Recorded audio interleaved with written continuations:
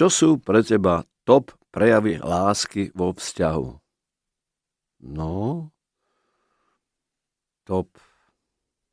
Podľa mňa, keď sa vážia slova, to znamená, keď človek nerozpráva len tak niečo, ale to, čo povie, je pravdivé, má to svoju váhu a je to také niečo, čo ten vzťah podporí.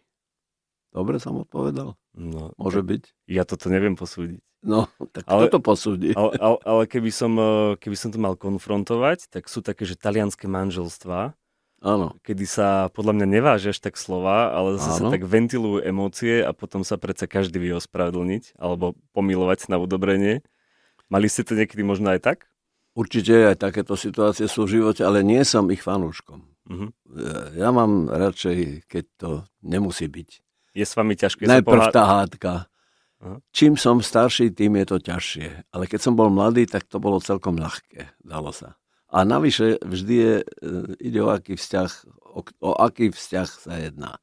Takže to je aj vždy ináč. Ale pravda je taká, že keď som bol mladý, tak som na veľa drobnostiach sa pozastavoval a snažil som sa ich nejak vylepšiť alebo prispôsobiť. Ináč dnes už som veľmi ostrieľaný a už si nič nevšímam a sa pozerám len ďalej, čo bude potom, čo bude ďalej. Toto ma nezaujíma.